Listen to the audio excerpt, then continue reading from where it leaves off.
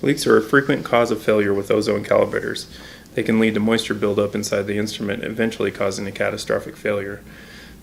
TAPI recommends doing a leak check during the initial startup, following any maintenance, or during annual PMs.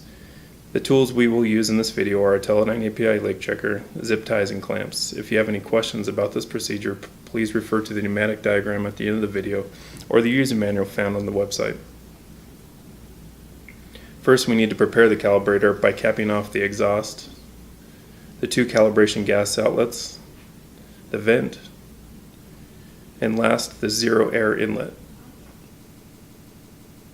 The output of the leak checker is connected to the dry air inlet.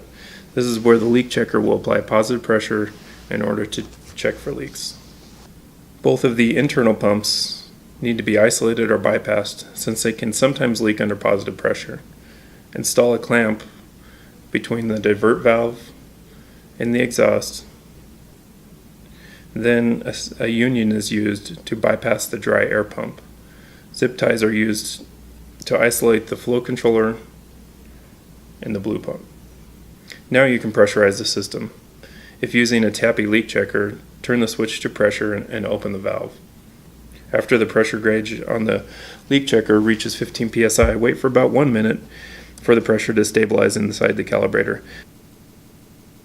Then close the leak checker valve and turn the switch to the center position to begin the leak check. The test runs for about 5 minutes. After 5 minutes, the pressure must not have dropped by more than 1 psi, which means the instrument is not leaking. If the pressure has dropped by more than 1 psi, then you'll need to check all the pneumatic connections, ensure the correct areas of the instrument have been capped or bypassed, and then restart your leak check. This pneumatic diagram of the calibrator shows the locations of the caps and clamps. Refer to your operations manual for more information.